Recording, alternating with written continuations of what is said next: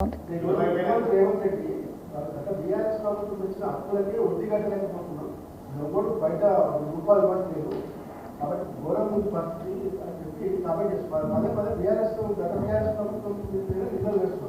రామ్లన్న మీరు లేటుగా వచ్చిండ్రు.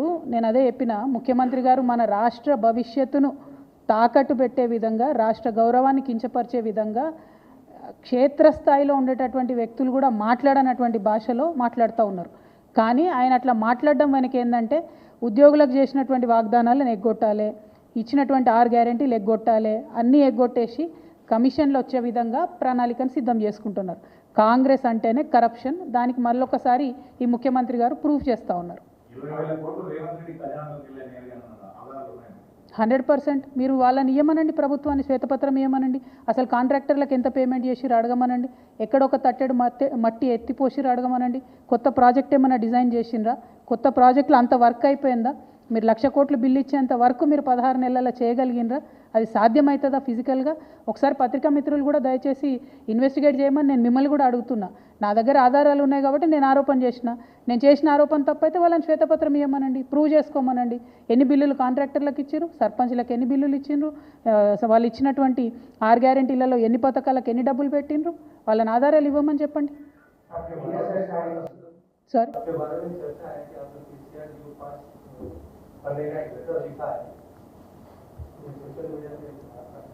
नहीं, मेरे बारे में तो चर्चा बहुत होता जी, ये नई बात नहीं है. बहुत सालों से चर्चा चलता मेरे बारे में. నా గురించి రకరకాల కథనాలు వస్తూనే ఉంటాయి, రకరకాల ఆరోపణలు కుట్రలు అని చెప్పి సోషల్ మీడియా అంతా బాగా నా మీద ప్రేమ అభిమానాన్ని ప్రదర్శిస్తుంటారు. నేను రిక్వెస్ట్ చేసేది ఒకటే, ఇవన్నీ ఎవరు చేస్తున్నారు ఏందో అన్నీ తెలుసు నాకు, కానీ సమయం సందర్భం వచ్చినప్పుడు మాట్లాడతాం. ఇట్లాంటి అంశాలను పెద్దగా ప్రాధాన్యత ఇచ్చి మాట్లాడాల్సినటువంటి అవసరం ఇప్పుడు లేదని చెప్పి నేను భావిస్తూ ఉన్నాను.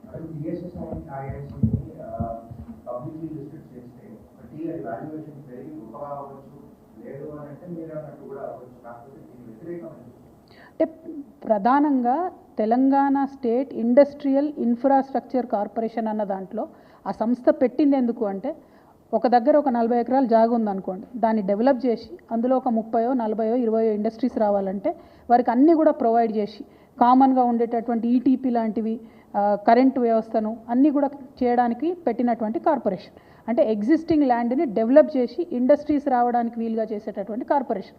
కానీ దాన్ని మొత్తం అర్థాన్ని మారుస్తూ మనం ఏదైతే భూములు తీసి పెట్టినామో ఆ భూములను అమ్ముకొని, ఆ భూములను కుదోబెట్టి, ఆ భూములను స్టాక్ ఎక్స్చేంజ్లో పెట్టి డబ్బులు తీసుకొచ్చి ఆ డబ్బుల్ని మళ్ళీ ఇండస్ట్రియల్ డెవలప్మెంట్ కాకుండా పక్కదారి పట్టించేటటువంటి ప్రయత్నం ఈ ప్రభుత్వం చేస్తుంది. అదే మాకు ఉన్నటువంటి అభ్యంతరం. ఒకవేళ టీఎస్ఐఏసీ కనుక తన పని చేసుకుంటూ ఎగ్జిస్టింగ్ ల్యాండ్ని డెవలప్ చేసి ఇంకా పెట్టుబడులను ఆకర్షించి ఇంకా ఇండస్ట్రీస్ని తీసుకొస్తే వెల్కమ్ చేస్తాం. కానీ అట్లా చేస్తలేరు కదా. నిన్న కంచగచ్చిపోలి భూములను కనీసం అది క్లియర్ చేయకముందే, అది మొత్తం ఇండస్ట్రీస్కి అనుగుణంగా మారకముందే దాన్ని కుదవబెట్టేసిరు, 10,000 కోట్లు తెచ్చేసిండ్రు. ఆ 10,000 కోట్లు ఎక్కడికి పోయినాయి అంటే, మేము రైతు బంధు ఇచ్చినాం, పెన్షన్ ఇచ్చినామని చెప్తున్నారు. అంటే పప్పు బెల్లం లెక్క మీరు 10,000 కోట్లు పంచుకుంటే ప్రజలకు ఏం జవాబుదారీ ఉన్నట్టు? శ్రీధర్ బాబు గారు వచ్చి ఒక మాట చెప్తారు ఆ 10,000 కోట్ల మీద, ముఖ్యమంత్రి గారు ఇంకొక మాట చెప్తారు, ఇంకొక బట్టి గారు ఇంకొక మాట చెప్తారు. క్లారిటీ లేదు. తెచ్చినటువంటి 10,000 కోట్లు ఏమైనాయి? ప్రజలకు జవాబు చెప్పండి. 1,80,000 కోట్లు అప్పు తెచ్చిరు ఇప్పటి వరకు, ఏమైంది? అది ప్రజలకు జవాబు చెప్పండి. టీఎస్ఐఏసీని ప్రైవేట్ నుంచి పబ్లిక్ చేస్తే అది పబ్లిక్కి పనికొస్తుందా, లేకపోతే రేవంత్ రెడ్డి గారికి పనికొస్తుందా? రేవంత్ రెడ్డి గారు ఖజానాలో డబ్బులు తెచ్చుకోవడానికే టీఎస్ఐఏసీని మారుస్తున్నారని వాళ్ళు నేను అలిగేషన్ చేస్తున్నా. వారిని జవాబు చెప్పమనండి ప్రజలకు. Thank you. జై తెలంగాణ.